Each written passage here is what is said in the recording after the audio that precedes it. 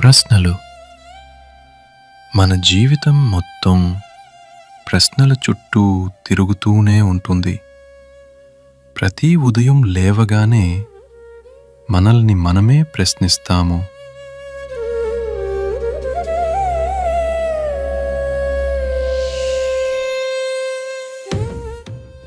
ఏది నిజం? నాకే ఎందుకు ఇలా జరుగుతోంది? ఇప్పుడు నేను ఏమీ చేయాలి? ప్రశ్నలకు సమాధానం దొరికితే జీవితం ముందుకు సాగుతుంది. కానీ కొన్ని ప్రశ్నలు మన ఊహలను మించి ఉంటాయి. అవి మన జ్ఞానాన్ని కాదు, మన ఆత్మను, మన ధర్మాన్ని పరీక్షిస్తాయి.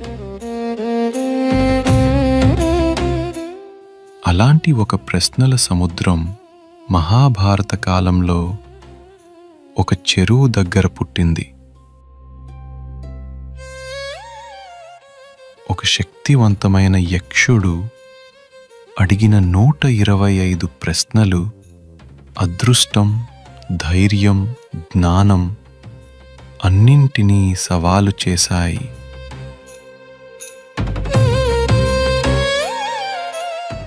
నకులుడు, సహదేవుడు, అర్జునుడు మరియు భీముడు వారంతా ఆ ప్రశ్నల శక్తికి లొంగిపోయారు.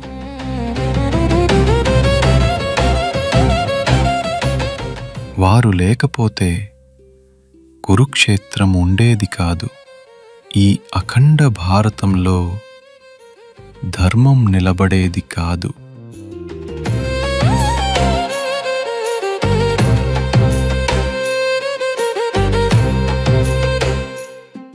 అని అప్పుడొకడు నిలబడ్డాడు, ధర్మరాజు యుధిష్ఠిరుడు.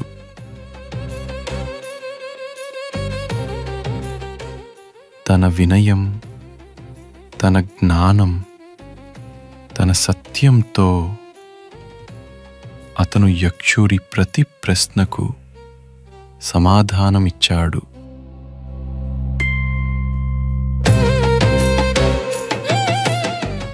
అవి కేవలం సమాధానాలు కాదు, అవి జీవన మార్గదర్శకాలు. ఇప్పటికీ ఎప్పటికీ మనకు జీవన పాఠాలు.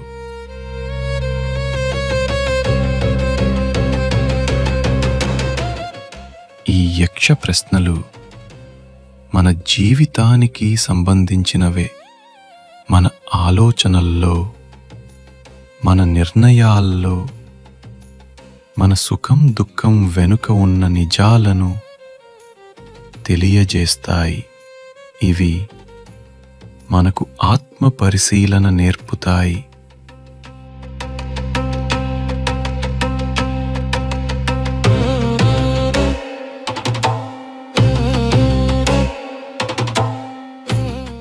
ప్రశ్నలు మారవచ్చు, కాలం మారవచ్చు, కానీ ధర్మం మాత్రం శాశ్వతం.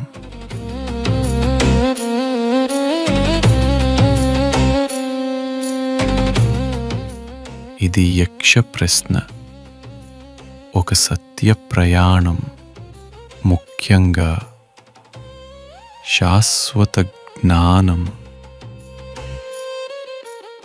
ప్రతిరోజు ఒక ప్రశ్న, ఒక జ్ఞానం, ఒక ధర్మ బోధన.